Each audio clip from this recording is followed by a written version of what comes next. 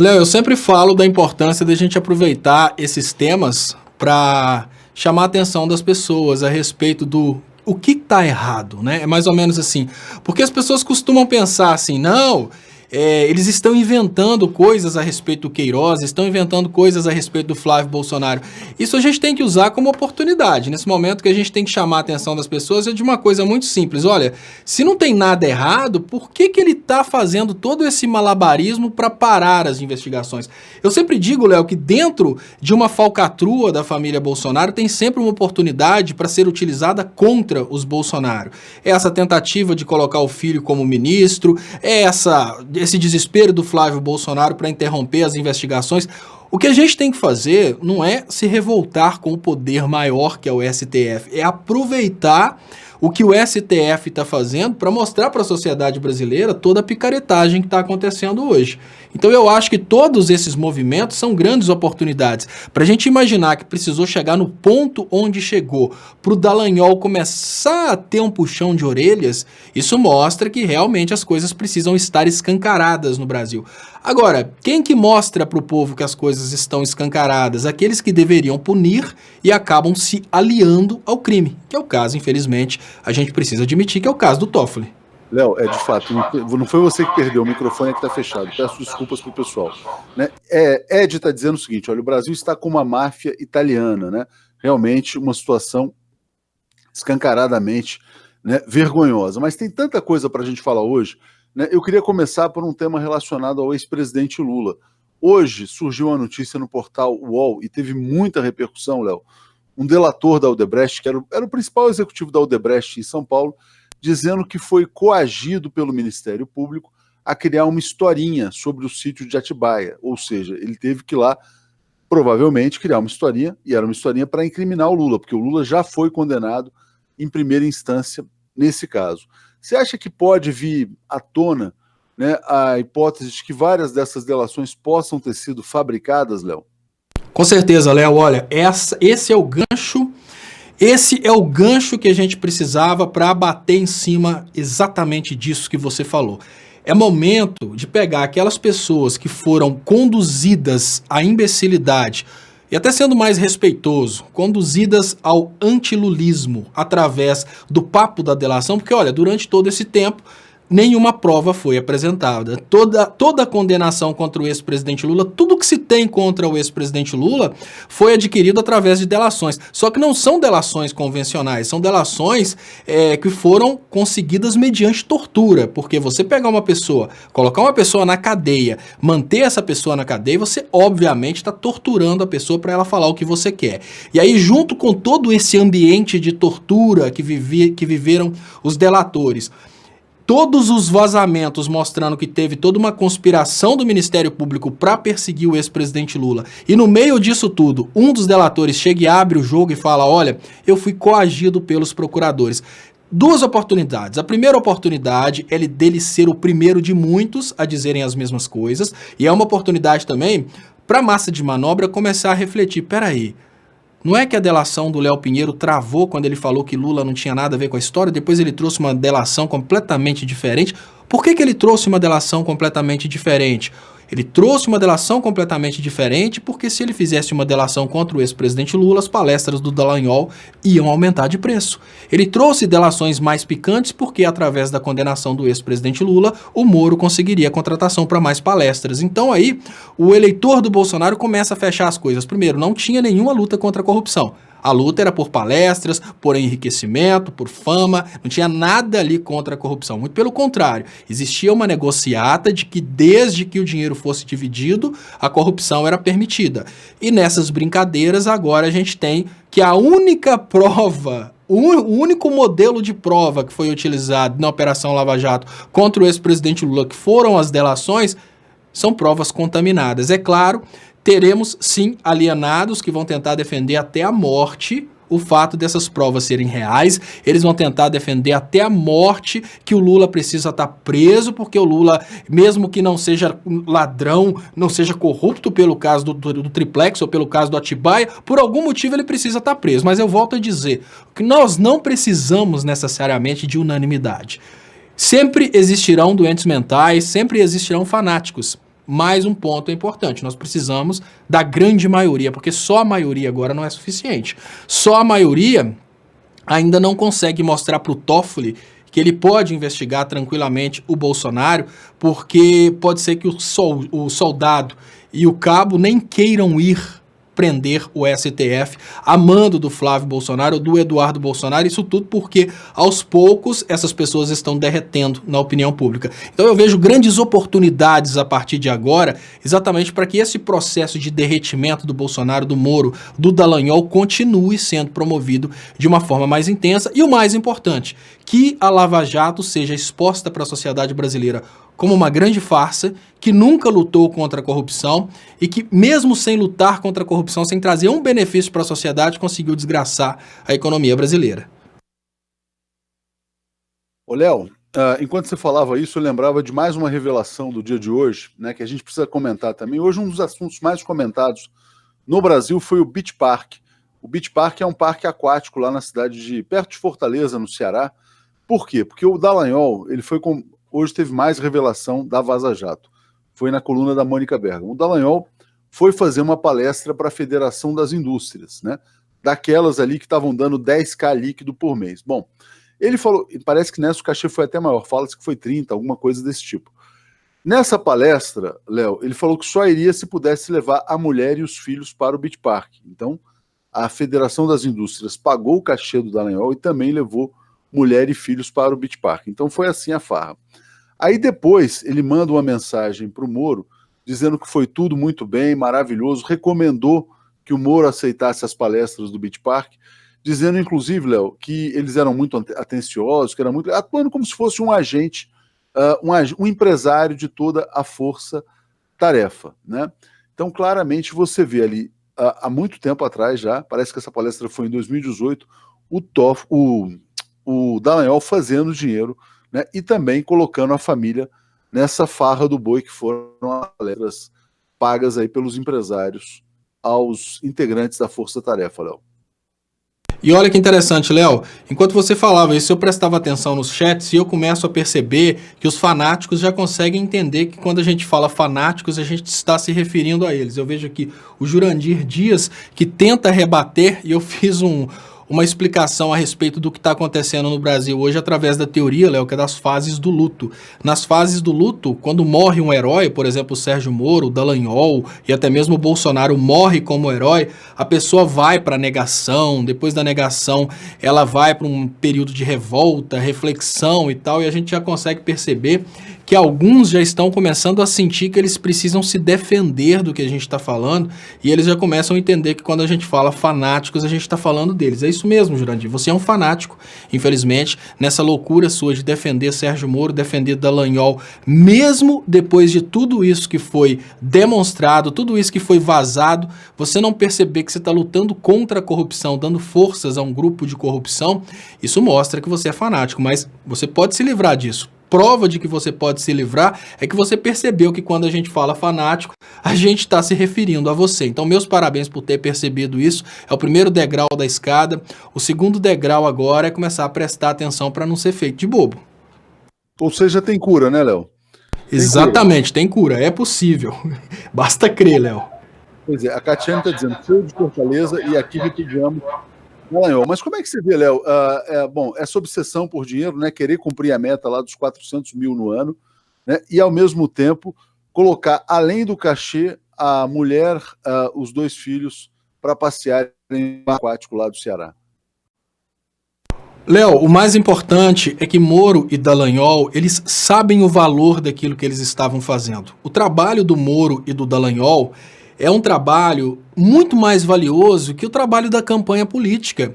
O Moro e o Dallagnol, isso prova no momento que eles começam a fazer esses convites para palestras e o Dallagnol começa a colocar essas imposições, Isso deixa muito claro, Léo, que o Dallagnol tem consciência do valor que ele tem para esses grupos de poder. Ele tem consciência que está fazendo o trabalho que interessa a esses grupos de poder. Ou seja, ele sabe que não está fazendo o trabalho da justiça.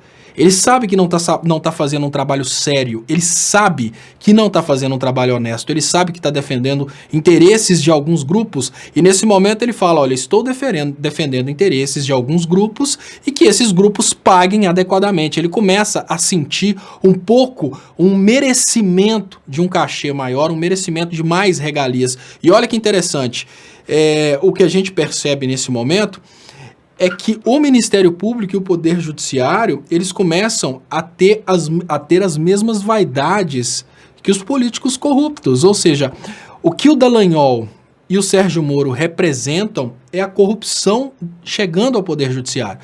Dizer que o Poder Judiciário, que dentro do Poder Judiciário não existia corrupção, é obviamente uma coisa completamente sem nexo. Sempre existiram juízes corruptos, promotores e procuradores corruptos, isso claro. Mas o que eu quero dizer é que o Moro e o Dallagnol, eles representam a institucionalização da corrupção do Poder Judiciário e do Ministério Público. É o momento em que a corrupção deixa de ser corrupção, querer benefícios, querer ser agraciado, tudo isso deixa de ser a exceção e passa a ser a regra perseguida por essas instituições. Eu volto a dizer, é prova de que isso é a regra perseguida por essas instituições que eles não foram punidos. Se a gente tivesse imediatamente após ficar claro que eles estavam vendendo o trabalho público através de palestras, se a gente tivesse um trabalho do Conselho Nacional do Ministério Público e do Conselho Nacional de Justiça para cortar de vez isso, não seria institucional.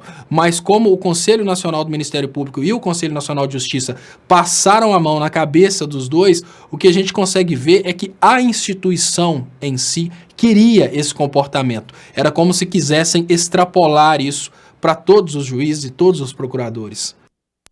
Ô, Léo, a Terezinha está dizendo, o pior é que nada mais nos espanta, né? Mas tem muita coisa que espanta, assim. Por exemplo, nessas mensagens, o Dallagnol vira para o Moro e ainda comemora. Ele, além de tentar agenciar o Moro, ele fala assim, olha, o mais interessante é que não estão nos investigando.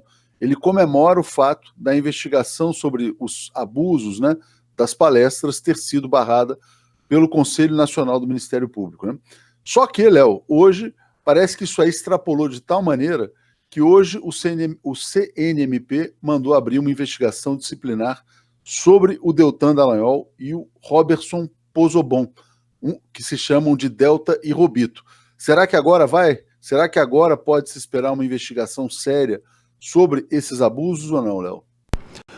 Olha, Léo, eu vejo que não existe a mínima intenção do Ministério Público investigar esses abusos, porque no momento que aconteceram os primeiros vazamentos, Léo, obviamente, imaginar que, olha, para ser do Conselho Nacional do Ministério Público, para ser do Conselho Nacional de Justiça, obviamente a pessoa, além de ser membro, ela tem que ser também muito qualificada, não é qualquer bobão que chega lá.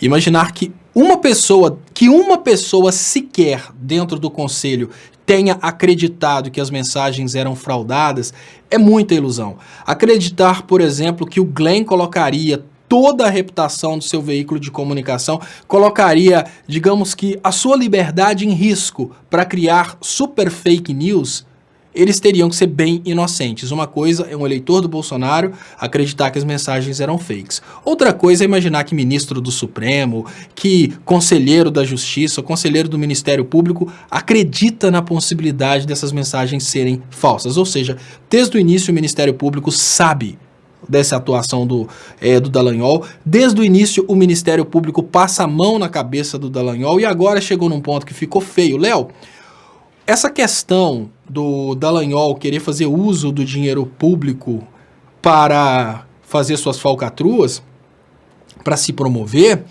é uma coisa extremamente pequena perto do fato do Dallagnol ter controlado o resultado do processo eleitoral. Quando a gente pensa que o Dallagnol utilizou uma instituição de poder para controlar o resultado do processo eleitoral, a gente consegue levar isso, inclusive, para o terrorismo. Isso é uma coisa extremamente pesada que esse cara fez. E imaginar que o Ministério Público vai dar um puxão de orelha nele por causa da proposta dele de fazer uma divulgação das medidas contra a corrupção, isso é uma coisa que me leva a crer que o Ministério Público hoje, ele está julgando com a opinião pública. Ele viu que o Dallagnol derreteu na opinião pública e que está feio, e o Ministério Público precisa responder à opinião pública. Olha, se o Ministério Público quisesse solucionar esse detalhe, ele teria buscado informações, ele teria investigado e buscado informações com o Glenn, quem está envolvido. Fulano, fulano, fulano e fulano. Apreendesse o celular antes de qualquer possibilidade. Porque, olha, vamos imaginar o seguinte, Léo. Se o Ministério Público tivesse feito a apreensão dos celulares e as mensagens fossem falsas, simplesmente nada aconteceria. Agora, como o Ministério Público não fez a apreensão dos aparelhos, as mensagens sendo falsas ou verdadeiras, vai ter sempre uma brecha de falar que não, as mensagens são falsas. Mas o Ministério Público foi o responsável por perder a oportunidade de constatar de uma forma inequívoca de que as mensagens são verdadeiras. Imaginar que o Ministério Público é inocente e não pensou nisso é considerar pessoas, talvez as pessoas mais inteligentes do Brasil, que para chegar ali não é fácil. Quem peleja em concurso para ser procurador ou promotor sabe disso. Imaginar que as pessoas mais inteligentes do Brasil seriam bobinhas o bastante para deixarem que os procuradores simplesmente tenham recursos para pagar as mensagens. Claro que não. Então a gente vê que a intenção do Ministério Público desde o início foi de poupar os procuradores. E imaginar que essa intenção mudou, assim, definitivamente não. Essa intenção não mudou. O que está acontecendo é que a opinião pública está começando a pressionar o Ministério Público no sentido de fazer alguma coisa para a opinião pública. Mas acreditar que o Deltan vai ser afastado e que o Deltan vai responder pelos crimes, olha, isso aí eu estou bem difícil de acreditar. Eu volto a dizer, eu não acredito nas instituições. Eu acredito na conscientização do povo para um processo revolucionário, porque o Ministério Público, o papai do Dallagnol, prender o Dallagnol, eu acho bem difícil. Ô, Léo, como a Terezinha falou que nada mais nos espanta, mas eu vou trazer uma notícia aqui, lembrada pela Aline, que pede que a gente comente, que é também estarrecedora, né? Olha só, é um 7-1 por dia, Léo, é o seguinte, ó, Ministério da Saúde suspende contratos para a produção de 18 remédios e uma vacina, né? Esses contratos são para produzir remédios contra diabetes, câncer, insuficiência renal, mal de Parkinson, imunização tetraviral, que previne contra sarampo, rubéola, cachumba e catapora, né? A medida envolve 7 laboratórios públicos que estavam envolvidos na produção desses medicamentos que seriam distribuídos gratuitamente para a população brasileira. Léo, eu te pergunto o seguinte, a gente já começa a viver num cenário, é tão absurdo, né, a distopia brasileira, né, o cenário grotesco em que você tem lá a presidência da República roubada, o melhor político da história preso, o pior político da história no poder, o pior político da história, que é o Bolsonaro, dizendo que o filho dele sabe fritar hambúrguer e vai sim ser embaixador nos Estados Unidos. E agora essa notícia do Ministério da Saúde suspendendo os contratos para a produção de remédios gratuitos no Brasil. Você acha que está em curso um plano de extermínio da população brasileira? De assassinato em massa? Léo, eu sempre tive muito medo de falar de teorias conspiratórias, né? Mas existe uma teoria conspiratória que as pessoas consideram conspiratória, mas eu não considero conspiratória, né? É a teoria da redução populacional. Ela baseia-se simplesmente no fato da tecnologia ter chegado a um nível tão alto que os donos do mundo não precisam mais de tantas pessoas assim dentro do planeta. E estima-se aí uma tentativa de redução de 30 milhões de brasileiros. Dentro dessa teoria, o Brasil tem que reduzir nos próximos anos 30 milhões de brasileiros. Quando a gente junta essa teoria com as políticas do Bolsonaro, permissão de agrotóxicos, liberação de armas, agora redução do investimento em saúde, redução do investimento em educação, que aumenta a criminalidade, tudo isso mostra que o Bolsonaro está muito alinhado com essa teoria. Se ele está alinhado com essa teoria de forma consciente, eu não sei. Mas uma coisa nós precisamos trazer nesse momento, e nós precisamos trazer com muita responsabilidade. Bolsonaro talvez seja um dos primeiros políticos a ser extremamente honesto em suas promessas, porque o Bolsonaro fez uma promessa de um Brasil liberal, de um Brasil livre do que ele chamou de comunismo. O que o Bolsonaro chamava de comunismo, e agora é importante a gente mostrar para a sociedade, o que o Bolsonaro sempre chamou de comunismo é isso, gente, investimento em saúde, investimento em educação, e agora nós estamos realmente no caminho de descomunizar o Brasil, vender as universidades federais, tirar o investimento na saúde, que está só reduzindo. Acabar com o SUS talvez não seja necessário, é só tirar o dinheiro do SUS, que automaticamente ele alcança o objetivo maior, que é liquidar o SUS. Nós precisamos cair na real que existe uma diferença entre o modelo político de estado de bem-estar social e o modelo político liberal. E o mais importante, o Bolsonaro está colocando em prática aquilo que ele prometeu. E é preciso que a gente consiga explicar para as pessoas, olha, você sabia que você votou nisso? Porque talvez se a pessoa percebesse que ela errou votando nessa palhaçada, talvez ela entendesse a necessidade de se levantar agora para tentar reverter isso enquanto há tempo. Deixa eu agradecer aqui, Lecionalta, Léo, que fala, combate à corrupção é o caramba, mercenários, bolsotoches, tirem a boca da bolsa escrotal do mito e defendam-no.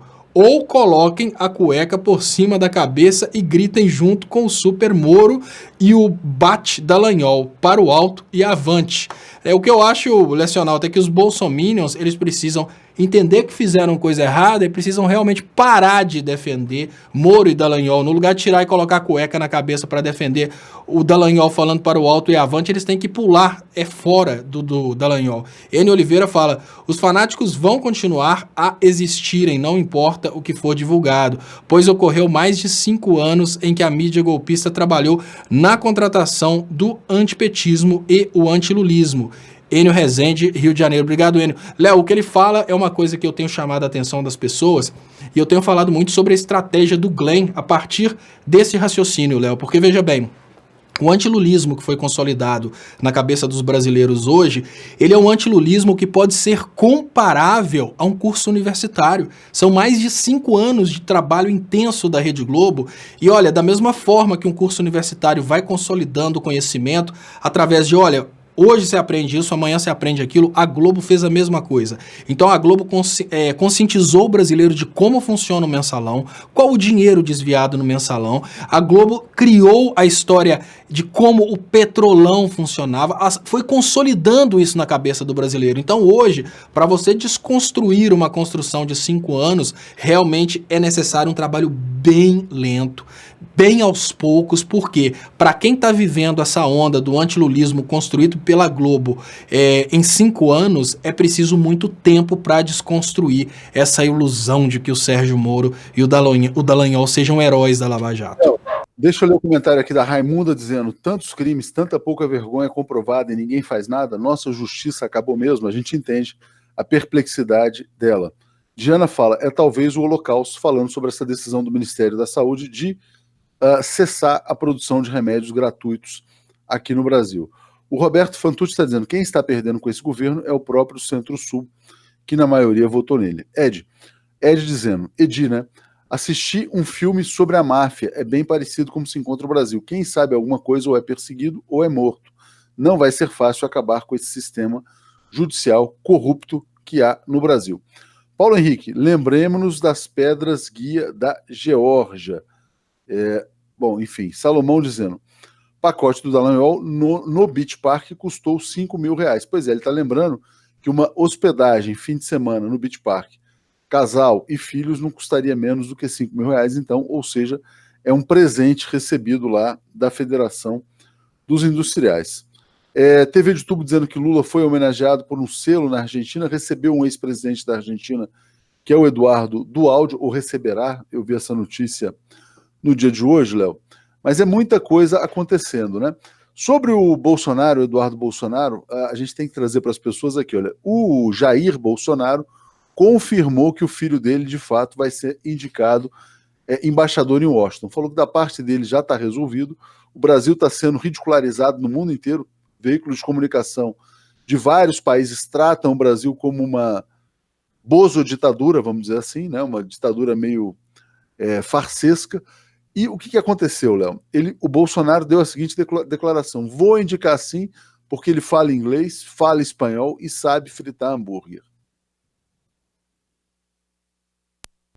Pois é, Léo, bom, a gente precisa concordar que esse jeito do Bolsonaro de responder à imprensa de uma forma desrespeitosa é o jeito que infelizmente conquistou o seu eleitorado. O seu eleitorado adora essa postura.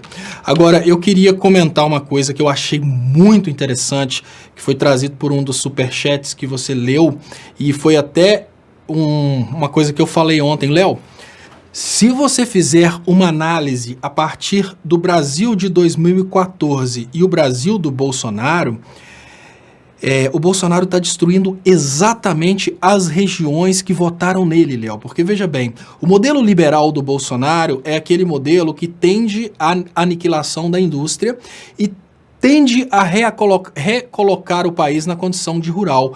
Quando a gente pensa nas regiões mais desenvolvidas em termos industriais que votaram no Bolsonaro, são essas regiões que vão ser prejudicadas. Imagina bem, um acordo Brasil com o acordo União Europeia com o Mercosul, tendência natural de que muitas indústrias brasileiras se fechem por não serem tão competitivas como as indústrias europeias.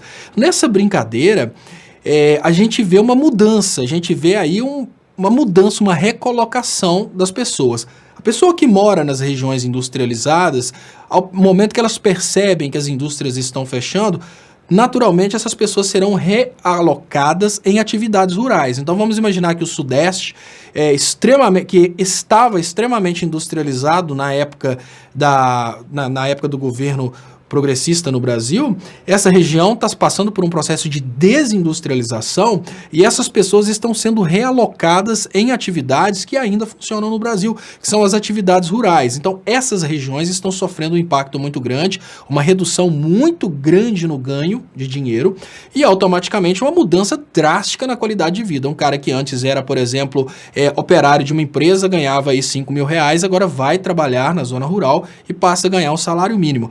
Agora, nas regiões menos desenvolvidas, que foram exatamente as regiões que o Bolsonaro gostaria de prejudicar para se vingar, não tem muita mudança, Léo. Observe que nas regiões que o Bolsonaro prejudicaria, existia esse medo que o Bolsonaro faria qualquer coisa para prejudicar, por exemplo, o Nordeste, lá já existe uma predominância muito maior de locais com menor nível de desenvolvimento, o que significa que essas pessoas não vão sofrer tanto impacto. Imagine que o Brasil realmente caminhe em direção a um país rural. A região que já era rural, ela continua funcionando normalmente sem sofrer muito impacto. Já as regiões que votaram de uma forma muito pesada no Bolsonaro, elas sofrem o impacto de uma forma muito maior, porque são essas regiões que deixam de ser regiões industrializadas, passam a ser regiões rurais, e são essas pessoas, digo, os eleitores do Bolsonaro, que vão abandonar empregos em áreas urbanas, em indústrias, para trabalharem nas áreas rurais, na produção de alimentos para gringo, e vão ter aí um grande impacto econômico. Então, esse é um dos pontos mais importantes que a gente precisa hoje discutir com o eleitor do Bolsonaro, principalmente nas regiões mais ricas. Olha, se tem um governo que representa exatamente o inverso do interesse da sua região, é o governo Bolsonaro. Porque você está numa região industrializada, a qualidade de vida que você tem é porque você está numa região industrializada, você se acha rico, classe média, porque você mora em uma região privilegiada, mas todos os acordos do Bolsonaro visam ruralizar a sua região. Falar em ruralizar, deixa eu só ler aqui 2 comentários e trazer uma informação nova. Igual está dizendo, o que esperam outro 1968 são todos uns bundões. Está reclamando aqui da apatia. Adelmo Souza dizendo, sem revolução não há salvação, e aí cobrando também a decisão das pessoas. Bom, Bolsonaro hoje disse que a economia está maravilhosa, Léo. A gente teve nessa semana a 20ª redução consecutiva da perspectiva de crescimento. O Brasil já está entrando tecnicamente em recessão, mas o Bolsonaro fala que a economia está maravilhosa porque ele vive na realidade paralela e os seus eleitores querem viver na realidade paralela. Querem, na verdade, que o mito continue distraindo a sociedade. Léo, mas eu tenho uma informação nova que eu preciso te trazer. Você não tinha muita confiança em alguma punição a respeito do Dallagnol. Bom, hoje houve uma reunião emergencial entre a Raquel Dodge e alguns procuradores, inclusive o Dallagnol e o Pozzobon, né? O que sai dessa reunião? A Raquel Dodge declarando apoio institucional à Lava Jato. Ou seja, para quem esperava alguma punição ao Deltan, não foi isso o que veio hoje da doutora Raquel Dodge, Léo. Ontem eu fiz um comentário, assim que eu fiquei sabendo dessa notícia, Léo, e o comentário que eu fiz foi no sentido da gente raciocinar por que a Raquel Dodge mudaria de lado. Ela não mudaria de lado. O que eu imagino que aconteceu foi, olha gente, vamos nos reunir e joguem as cartas na mesa. O que mais vai aparecer? É mais ou menos isso.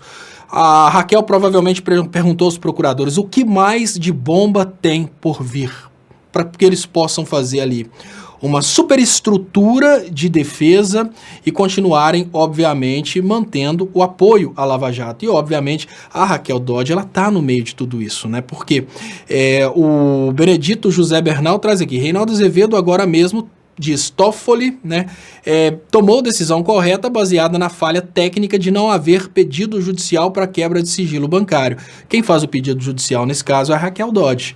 Então, o que a gente está vivendo, infelizmente, no Brasil é um conluio, mas um conluio não só do Sérgio Moro e do Dallagnol, é um conluio gigante. E é por isso que eu falo, a única coisa capaz de derrubar esse conluio é uma união do povo, porque não vai ser tão fácil assim, não vai ser uma autoridade, um jornalista.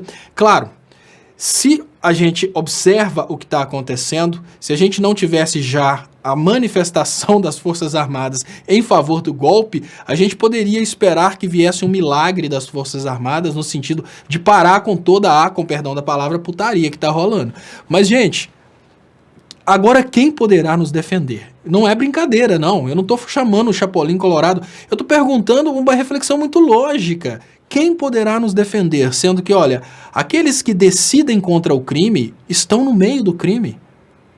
Como que a gente pode imaginar que a gente vai ter uma solução institucional, sendo que o problema são as instituições? Como que a gente vai imaginar que a gente vai conseguir se curar bebendo muita água, sendo que a doença está vindo na água? Simples, básico, simples isso, porque, não, tem que beber muita água para se hidratar, para melhorar o corpo. Não!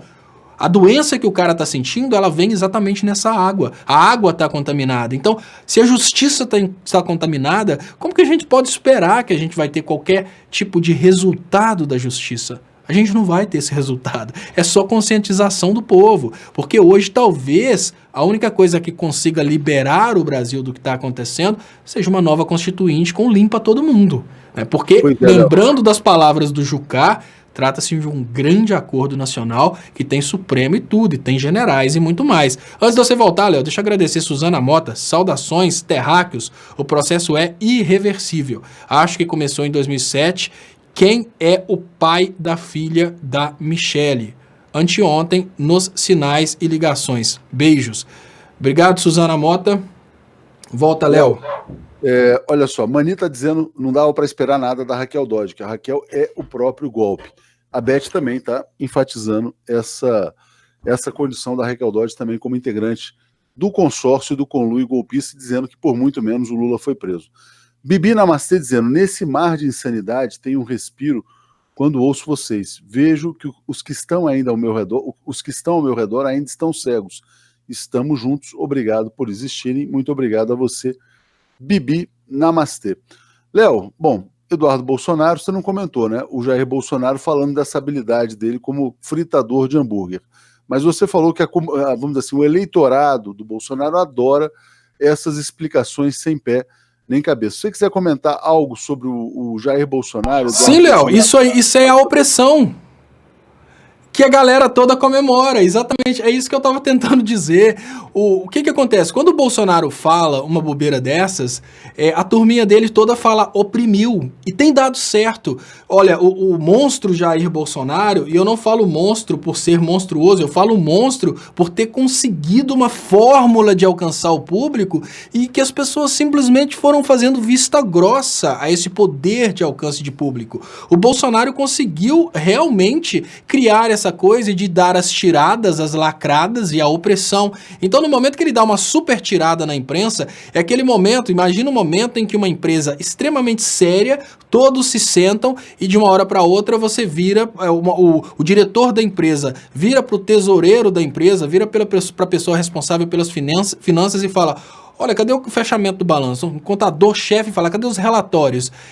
Vai caçar no inferno. Oprimiu. Não, mas não é assim. Não é dessa forma.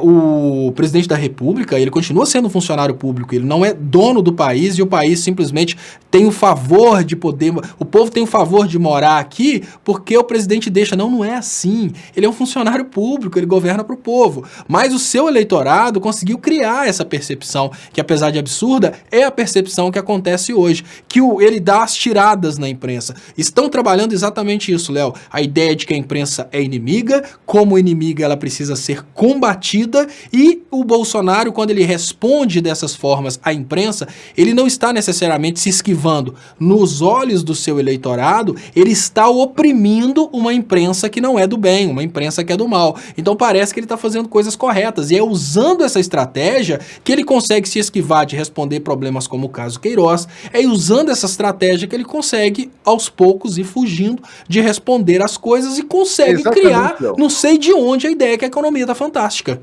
É exatamente o que faz o Donald Trump, né? Quando ele não tem explicação, ele fala, não, isso é a imprensa malvada que está dizendo, a imprensa é contra o povo, é contra vocês, a imprensa é o sistema, eu sou o antissistema e por isso, né, vamos lutar contra a imprensa. Bom, e olha o que essa imprensa plantou, né? Que a imprensa foi parte do golpe, está sendo devorada pelo golpe. E Walter Freitas está dizendo, quem comanda o crime organizado no Brasil é o judiciário, não podemos esperar mais nada. Ângela Sadoc, que está protestando contra a Raquel Dodge também, dizendo que ela não tem vergonha. Algumas pessoas estão me dizendo, Léo, que parece que vai aparecer o Luiz Roberto Barroso hoje na Lava Jato também, ou já apareceu. Então, se alguém tiver informações, manda aqui para a gente já entra comentando.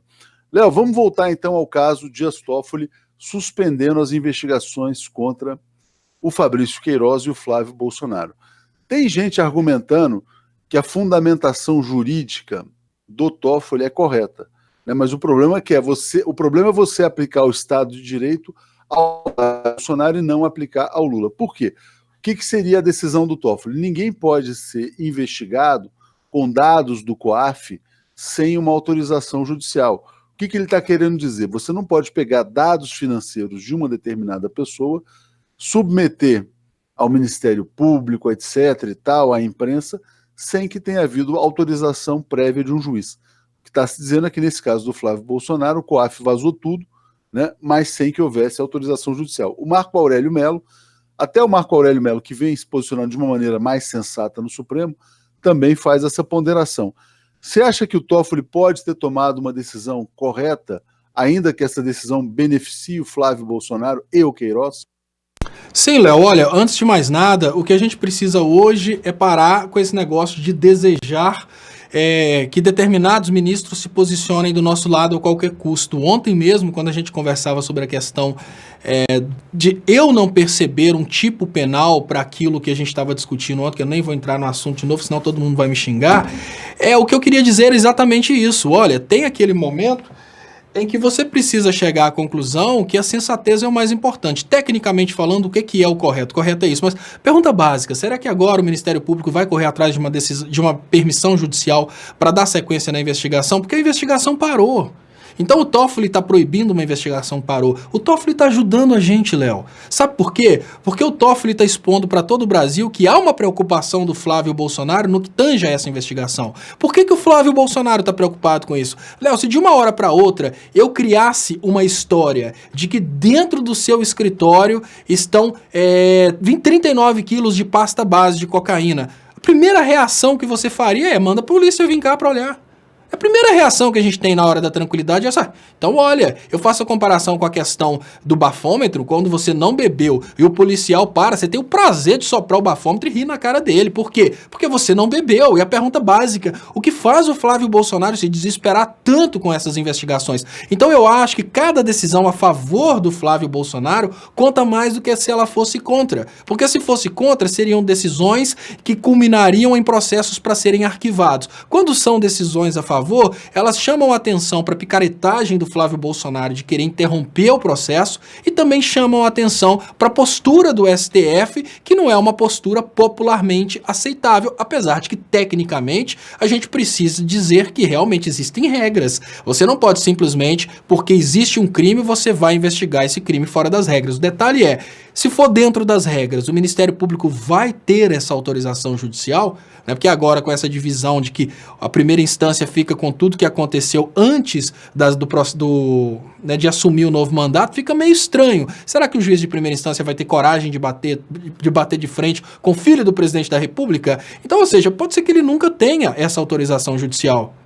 Né? Léo, chegou aqui mais uma bomba, vamos lá, mais um ministro do Supremo enroscado na Vaza Jato. A gente já tinha visto o Fachin, o Fachin é nosso, o Fux, em Fux we trust, e agora é a vez do Luiz Roberto Barroso. Antes de mais nada, vou agradecer aqui a Érica Conde, mandando um superchat, muito obrigado. O Luiz vai dizendo, qual a diferença entre o submundo do crime e o submundo da justiça? Pois é, o que a gente está vendo aqui revelado é o submundo do poder judiciário. Cláudio Alves dizendo, é essencial que surja no Brasil algo como as Brigadas Vermelhas da Itália para que a direita comece a sentir algum medo, né? O pessoal já está entrando no caminho do desespero, né, na defesa do terrorismo. Bom, vou ler aqui o diálogo, Léo, entre Sérgio Moro e Deltan Dallagnol, né? Sérgio Moro, está confirmado o jantar no Barroso? Deltan responde, ele acabou de confirmar, estou adiantando meu voo, porque terça estarei na comissão especial. Boa reunião amanhã com eles. Aí o Moro fala, obrigado, preciso do endereço e da hora do jantar. Deltan, não tenho ainda, passo assim que ele indicar. Deltan, aí o Deltan tira um sarro do Barroso, fala assim, lembrando que ele é carioca, talvez tenha convidado e não passe o endereço mesmo. Moro, boa, né? Achando engraçada a piada sobre os cariocas. Ou seja, Barroso organizando um jantar para receber Sérgio Moro e Deltan Dallagnol. Lembrando que o Barroso tinha a obrigação de julgar com isenção o caso do ex-presidente Lula. Lembrando que o Barroso deu um voto decisivo para fraudar a eleição presidencial de 2018. O Barroso tremia, né? Transpirava dentro daquele terno quando ele votava para jogar a Constituição na lata de lixo e impedir a candidatura do ex-presidente Lula. O Barroso combinou que o Lula não seria candidato ao jantar com o Moro e com o Dallagnol, Léo, mais um ministro do Supremo. Não é surpresa, né? Já temos aí o Fux, já temos o Fachin e agora temos o Luiz Roberto Barroso também. O Brasil realmente está prisioneiro de uma grande farsa e não consegue dela se libertar, Léo. Léo, e o detalhe é que eu acho que se tem alguém que ninguém tinha dúvidas que estava no meio de tudo isso, era o Barroso, né? O Fachin, eu não acredito que o Fachin esteja tão dentro disso, ele só é deles, né? O Fachin ficou até meio com raiva na hora que percebeu que ele foi dentro do STF, ele foi massa... Imagina o que é um ministro do STF, da idade do Fachin, perceber que foi massa de manobra do Deltan Dallagnol. Imagina que humilhação. Agora, o Barroso não, o Barroso faz parte, é diferente. Não que eu esteja dizendo que o Fachin seja uma pessoa maravilhosa, não é isso. O que eu estou querendo dizer é que existem os massa de manobra, aqueles que são conduzidos a ficarem em determinado lado, e existem aqueles que fazem parte daquele lado. O Barroso, ao meu ver, assim como o Fux, eles fazem parte dessa manobra de golpe dentro do Brasil. Já o Fachin eu vejo que é um ministro do Supremo que foi influenciado através, obviamente, de todo esse esquema aí de convence daqui, convence dali, no final das contas também a imprensa pressionando. Aquele que obviamente não era facilmente dobrável caiu de avião, infelizmente, e assim tem sido moldado o nosso STF. E olha, quando a gente imagina que após derrubarem o ministro do STF, eles colocaram o Alexandre de Moraes no lugar, que inclusive está muito sumido, quase a gente não vê falar do Alexandre de Moraes, né? A gente percebe que a coisa está muito ruim para o Brasil. Por isso que eu falo que é somente conscientização do povo, nova Constituição e limpa todo mundo, porque está muito ruim a situação nossa. Está difícil imaginar que, olha, o Alexandre de Moraes a gente não precisa nem falar, ele nem precisa aparecer nas delações, o cara veio, obviamente, do PSDB. Além do Alexandre de Moraes, esses três apareceram. Agora, nossa, tá como se fosse, Léo, nesse momento tá como se fosse um julgamento de uma plenária. Eles estão decidindo nesse momento o habeas corpus do ex-presidente Lula. E a gente tá tendo, através do Glenn, quais são os votos. À medida que eles vão aparecendo aí, à medida que eles vão aparecendo na Vaza Jato, a gente já percebe que é um voto contra o ex-presidente Lula. Por quê? Porque o ex-presidente Lula não tem razão? Porque eles estão no meio. Então agora nós estamos na Minerva, chegamos na Minerva, infelizmente. Léo, é golpe com Supremo com tudo, realmente. Com o Supremo, com o Exército, com meios de comunicação, com Silvio Santos, com SBT, com Globo, com Record. Bom, e Valto Freitas dizendo que Queiroz deve estar escondido dentro do Supremo Tribunal Federal, né? Porque ninguém acha o Queiroz deve estar de boa, né? Deve estar na presidência do Supremo, né? Enfim, comendo as lagostas que o Toffoli encomendou, só pode ser, porque realmente é espantoso, Léo. E aí tem um outro diálogo também do Sérgio Moro com o Dallagnol, onde o Moro questiona como é que foi lá a sua entrevista no Jô, foi legal? O Dallagnol deu uma entrevista para o Jô Soares. Aí o Dallagnol responde, não, foi legal, consegui mesclar conteúdo com entretenimento, o jogo é muito que você vá também. Enfim, é nessa linha dos dois fazendo autopromoção o tempo todo. E tem também aqui o ponte do Barroso ao Moro e ao Dallagnol para que eles comparecessem a esse encontro. Eu te pergunto, Léo, que isenção tem o Barroso para julgar o ex-presidente Lula se ele recebia na sua casa, num converscote fechado, a parte acusadora? Ele não recebeu a defesa do Lula. Será que o Barroso convidou o Cristiano Zanin? Será que ele convidou o Lula para tomar um chopp em casa? Imagino que não. Então o Barroso é parte do golpe, deve se declarar suspeito. É possível não anular os votos do Barroso diante de mais esse escândalo revelado pela Vaza Jato, Léo? Depende muito, Léo, se a gente pergunta quem vai anular, porque acima do STF, quem que existe acima do STF? Vamos refletir. O cabo e o soldado, Léo. Acima do STF tem o cabo e o soldado. Então, só que acima do STF e do cabo e o soldado tem o povo. Por isso que eu falo que na situação, na circunstância que a gente vive hoje, a única escapatória é a conscientização do povo. Porque institucional não tem escapatória, definitivamente não. Olha, nós temos no meio de tudo isso Ministério Público e Poder Judiciário. Eu acho que o trabalho que está sendo feito hoje de conscientização do povo é exatamente porque não tem outra alternativa. Se tentassem simplesmente levar o caso como teses jurídicas, obviamente seria ridículo ficar tentando pedir para inimigos pessoais declarados do ex-presidente Lula que o libertem. Vamos cair na real, não tem saída institucional não. Ou a gente conscientiza o povo se levanta e mostra sua força, ou então a gente desiste, porque nós já vimos que já saíram 4 votos contra o ex-presidente Lula. Um voto já é naturalmente contra o ex-presidente Lula, que veio de um inimigo, que é obviamente o Alexandre de Moraes, mais 4 votos que já saíram aí. À medida que a Vaza Jato vai mostrando os envolvidos, a gente vai tendo a revelação dos próximos votos a favor ou contra o ex-presidente Lula. A realidade é essa aí, ó. Mais 3, Léo. Já apareceu o Barroso, o Fux e o Fachin. Com o Alexandre de Moraes, 4. A Carmen Lúcia, obviamente, está no pacote.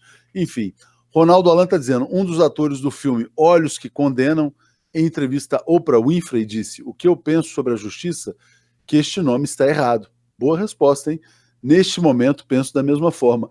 Léo, exatamente, olha que boa resposta. Quando perguntarem para você o que você pensa da justiça, fala assim, não, peraí, tem que mudar o nome, né? Justiça, seu nome é injustiça, talvez. Como é que você vê isso aí, Léo? Ô, Léo, uma das coisas que a gente, na introdução ao estudo do direito, uma das coisas que a gente aprende logo no início é que justiça não tem absolutamente nada a ver com justo. Justiça é um órgão de poder e esse órgão de poder controla as decisões em favor, obviamente, de grupos poderosos. A gente não aprende isso diretamente, a gente aprende isso através da própria observação de como as leis são formadas. As leis são formadas para proteger os grupos poderosos. E quando, desde o início desse trabalho, eu tenho chamado a atenção para não esperar na justiça qualquer tipo de solução a favor do povo, é porque quando a gente tem um conflito desse nível, povo contra poder financeiro, o poder financeiro sempre vence. Felizmente, sempre que o conflito é entre ricos e pobres, o rico sempre vence. Então, nessa circunstância que a gente está vivendo hoje, não é dentro da justiça instituição que a gente vai encontrar a abstração justiça. Está bem longe de ser por lá. Ô, Léo, e o Cláudio está reiterando que o próximo nome que deve aparecer é o da... Na prática, no Brasil, o que está se verificando é que a justiça está se transformando num instrumento. E a respeito disso, Léo, qual que é a sua posição sobre a questão da OAB? Olha, Léo, eu considero que a OAB hoje é somente um órgão de arrecadação de dinheiro porque a OAB abandonou a classe no momento que ela fez vista grossa ao que aconteceu com o Cristiano Zanin, porque o que eu imagino é o seguinte: se a OAB representa a advocacia e a advocacia foi desrespeitada, e foi um desrespeito a nível constitucional no momento em que o Moro permitiu espionagem do escritório do Cristiano Zanin, a OAB deveria ter se posicionado de uma forma dura e seria a única força contra o Moro naquele momento. A OAB, ao meu ver, o ponto de vista que eu tenho é que após ter ferido assim, de uma forma drástica a Constituição, na espionagem do Cristiano Zanin, a OAB deveria ter parado a advocacia em todo o Brasil, e eu digo todo o Brasil, na condição de só voltar a ter advocacia no Brasil quando o Moro saísse da magistratura, porque o que o Moro fez foi ferir todos os advogados do Brasil.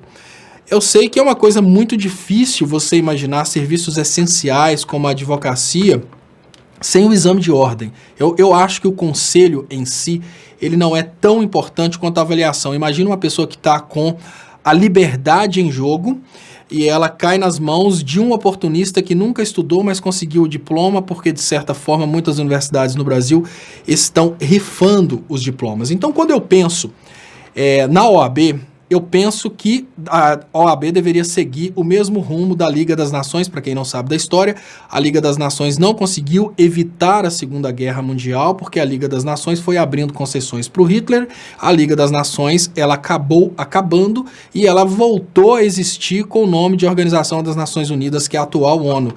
Eu acho que a OAB deveria deixar de existir e um novo conselho deveria nascer de uma forma mais rígida para representar a advocacia. A advocacia não pode ficar sem um conselho e sem um exame de ordem, porque o que está em jogo não é se aquele cidadão tem ou não o direito de exercer a advocacia. O que está em jogo é se aquele camarada vai ou não prejudicar um cidadão com uma advocacia mal feita. Aí você perguntou sobre a OAB e você falou sobre os outros conselhos. Olha, Léo, eu sou a favor de que existam conselhos apenas se esses conselhos fizerem uma avaliação da qualidade profissional. E eu volto a dizer, não é questão de avaliar aquele profissional, mas é questão de permitir que a sociedade tenha certeza de que aquele profissional ali está num certo patamar de qualidade. Por exemplo, vou falar dos conselhos que eu sou cadastrado. Eu sou cadastrado no CREA, eu sou cadastrado no Conselho Regional de Administração e já fui cadastrado no Conselho Regional de Contabilidade. O ponto de vista que eu tenho é qual a finalidade do CREA ou do Conselho Regional de Administração, e eu, sinceramente, não consigo ver nenhuma utilidade para esses conselhos, ao não ser tomar dinheiro dos profissionais formados. Já o CRC e a OAB, eu considero que são conselhos interessantes, porque você imagina que a sua vida financeira ou a sua liberdade podem estar nas mãos de um profissional que não tem um certo nível de aptidão para te representar nesses pontos. A OAB, ela tem o exame de ordem, assim como o CRC também tem o exame de ordem. O CREA não tem o exame de ordem. Eu vejo como um conselho extremamente inútil. Basta que a pessoa tenha o diploma para exercer a profissão, que ela registre o diploma, por exemplo, diretamente na Delegacia Regional do Trabalho e a partir dali ela consiga exercer a profissão. Para mim é inútil o conselho de engenharia, para mim é inútil o conselho de administração, assim como qualquer conselho que não faça uma avaliação da pessoa, porque a avaliação da instituição, quem faz é o MEC. Então um conselho, por exemplo, como uma ordem dos médicos, o Conselho Regional de Medicina, avaliar se a instituição pode emitir diploma, ela é inútil. Não tem necessidade disso. Para isso tem o MEC.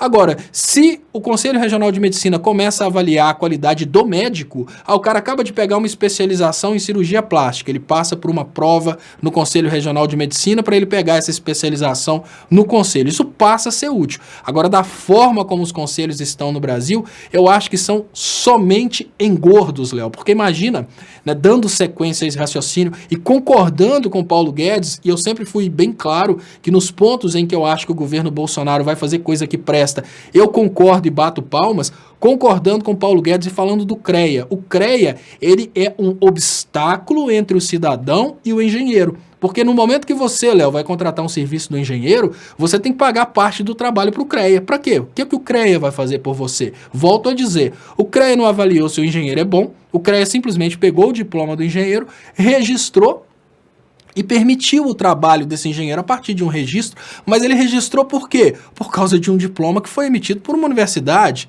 Se a universidade já emitiu o diploma, para que precisa do CREA? Se a universidade já emitiu o diploma, para que precisa de um conselho de odontologia, um conselho de medicina? São coisas que eu, sinceramente, não concordo. Eu acho que bastaria uma permissão direta do sistema, por exemplo, do trabalho, como Delegacia Regional do Trabalho.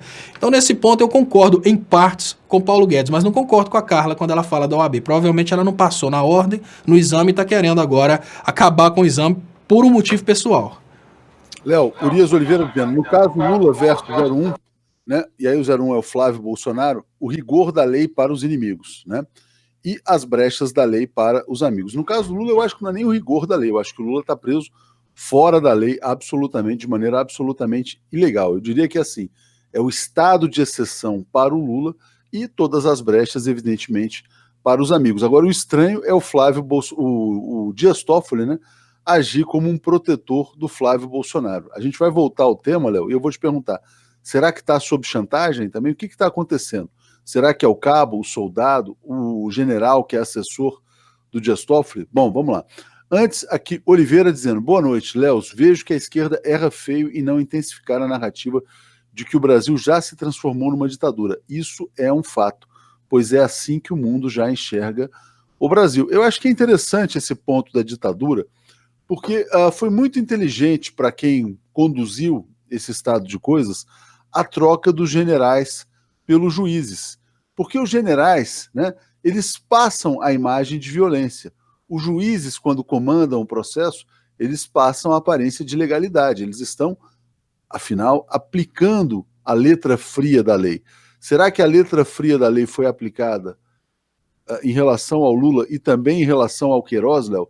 Será que a sociedade brasileira aceita ver o melhor presidente da história preso sem provas e o Fabrício Queiroz blindado pelo presidente do Supremo Tribunal Federal?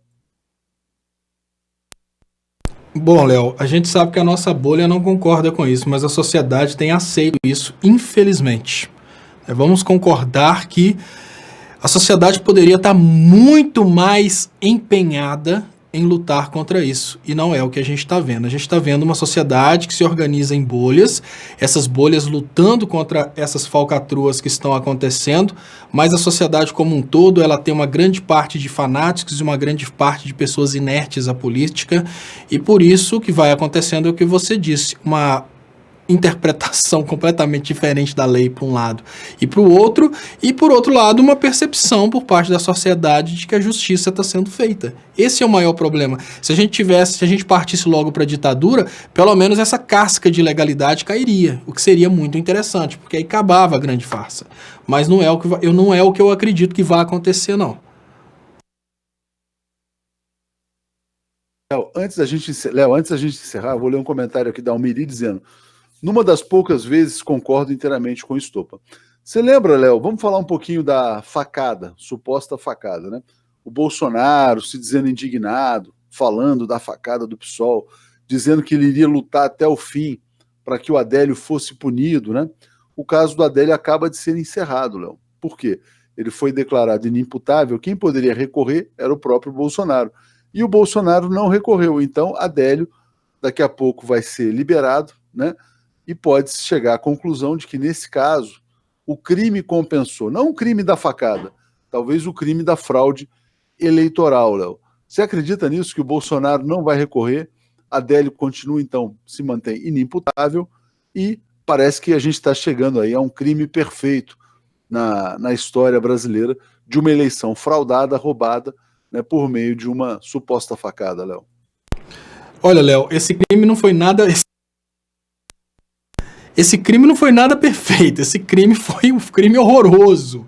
Né? Até o fato de não ter nenhuma revolta do Bolsonaro, nenhuma tentativa do Bolsonaro de provar a ligação do Adélio com o PSOL, o Bolsonaro poderia estar pressionando para que o Adélio fosse interrogado, para realmente o Adélio falar que foi o Jean Willis que pagou ele para matar o Bolsonaro. Tudo enquanto é tipo de idiotice a gente já escutou a respeito desse caso, mas não foi perfeito não, Léo. Chegou o ponto que até os eleitores do Bolsonaro já sabem que foi armação, mas eles concordam. É o gol de mão aos 46 minutos do segundo tempo. O cara fala, olha, foi de mão, mas se não fosse o gol de mão, meu time ia perder. Então foi um gol de mão bem-vindo. O que acontece, infelizmente, é que nós estamos vivendo num Brasil da alienação, um Brasil da farsa. E tem dado certo, Léo. No início, eles foram fazendo pequenas tentativas para ver a reação do povo. E agora eles estão percebendo que o povo não reage mesmo, eles estão aumentando a dose da picaretagem. A picaretagem está ficando cada vez maior, porque eles estão percebendo que o povo não reage, o povo aceita. E o povo tem aceito. Tem sido dessa forma e pronto, não tem que reclamar. Então, qual que é a probabilidade da gente melhorar essa situação? Não tem. Eu volto a dizer, é só povo saber, é só crescendo nossa bolha para o povo entender o que está acontecendo. Porque fora disso, a gente não consegue, não. Lanja Maria dizendo que a facada nunca existiu, Silvana dizendo é hora de furar a bolha, não temos democracia há muito tempo, fora Bolsonaro, Lula livre já, né? Vamos lá, Rafael Castro dizendo, estamos todos, direita e esquerda, ferrados, sem justiça. E Rodrigo aqui falando do fato do Barroso ter oferecido um jantar para a Lava Jato, o mesmo Barroso que jogou a Constituição no lixo ao determinar que o Lula não poderia ser candidato. Vários candidatos já haviam concorrido mesmo condenados, mesmo estando presos, alguns se elegeram, mas o Barroso decidiu que não podia. Quem será que tomou essa decisão pelo Barroso? Não foi a Constituição brasileira. Será que foi, vamos dizer assim, o grande ente que está por trás dessa confusão toda, Léo? Porque há um comando, e esse comando, a meu ver, não vem do Brasil. Deixo para você fazer a sua derradeira reflexão antes da gente encerrar o Léo ao Quadrado de hoje. Olha, Léo, o comando que levou o ex-presidente Lula a ser inabilitado como candidato a presidente, eu até falo pior. O comando que tirou de mim o direito de votar no ex-presidente Lula na última eleição, o comando que tirou de você o direito de votar no ex-presidente Lula na última eleição, talvez tenha sido uma falta de união da esquerda, porque, olha, tinham várias teses que deveriam ter sido espalhadas na sociedade para causar realmente um levante popular contra a inabilitação do ex-presidente Lula. Eu acho que a esquerda comunicou muito mal. Essa coisa de falar que estão tirando do Lula o direito de ser candidato deveria ter sido substituída com estão tirando de você o direito de votar no ex-presidente Lula. Falar de uma possibilidade de tirar do povo o direito de votar num candidato por causa de uma lei da ficha limpa é uma coisa totalmente fora da Constituição.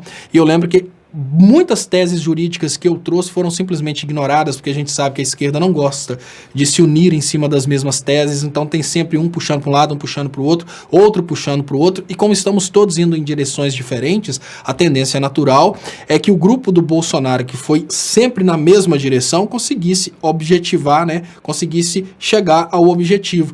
Como que a gente permite que uma lei tire do povo o direito da única expressão direta de democracia que a gente tem? Será que faz sentido a gente falar de uma Constituição que começa falando que todo poder emana do povo e de uma hora para outra alguns juízes terem o direito de tirarem do povo o poder de votar em uma determinada pessoa? Então, só o fato da esquerda não ter se unido contra a possibilidade da inabilitação de um ex-presidente, porque juízes jamais poderiam tirar do povo o direito de escolher o presidente. A lei da ficha limpa para o presidente da República sempre foi uma das maiores aberrações jurídicas da história da justiça brasileira. Você não consegue encontrar, Léo, dentro do Brasil, uma lei que tenha uma parte mais fora da Constituição do que a lei da ficha limpa, porque, olha, se todo o poder emana do povo, a única expressão realmente do povo, a única coisa que a gente tem que realmente é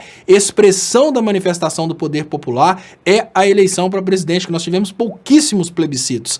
Então, a única coisa que a gente realmente tem como expressão de todo o eleitor, todo cidadão brasileiro, são as eleições para presidente, as eleições para governadores e prefeitos são eleições de minorias, as eleições para parlamentares são as minoritárias. A única coisa que a gente tem como expressão direta do voto popular é a eleição para presidente, e o povo desse tamanho aceitou o argumento de que uma lei poderia tirar o direito constitucional de decidir o próximo presidente. Então essa falta de união, essa falta de raciocínio, essa falta de união numa direção é que tirou da gente o direito de votar no ex-presidente Lula. Porque, olha, o inimigo sempre vai existir. A diferença é que o inimigo estava organizado. Nós nunca estivemos organizados. Então, por mais que eles fossem menores em termos de números, porque os trabalhadores, obviamente, estão em um número muito maior que os especuladores, apesar de que eles estivessem menores em termos de números, eles estavam mais organizados.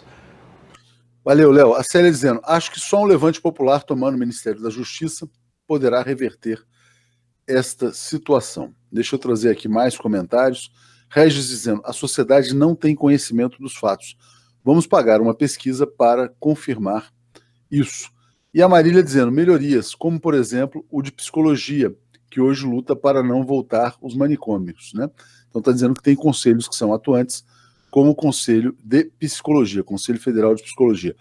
Gente, eu queria agradecer a todos vocês. Daqui a pouco tem um Boa Noite 247. Quase 9.000 pessoas ao vivo, então vamos pedir aqui as inscrições no canal, tentar multiplicar o alcance, vamos dar os likes. Quem puder ser membro é do lado do botão inscreva-se, quem puder ser assinante, brasil247.com/apoio. Léo, muito obrigado a você. Amanhã nos revemos de novo. Não vou mais passar a bola para o Aquiles, não, Léo. Vou passar 3, 4 semanas aqui fazendo o programa todos os dias sem te abandonar. Bom, Léo, porque tem sido muito cruel. Não tem problema ter um outro programa com o Aquiles, mas o Léo ao quadrado é o Léo ao quadrado, aí. A gente pode fazer um Léo e Aquiles, Léo e Conde, mas o Léo ao quadrado é o Léo ao quadrado, aí. Valeu, Léo. Não é? Obrigadão. E eu volto às 10h30, pessoal. Muito obrigado. Até lá. Grande abraço para você. Valeu. Tchau, gente. Valeu. E eu queria agradecer vocês que estão acompanhando aqui pelo canal do Estopa e pelo canal Leonardo Estopa. Agradecer o carinho de coração. E não se esqueçam, a gente volta no ar às 10h30 da noite falando sobre as novas bombas também. Então, muito obrigado, pessoal, e até mais tarde.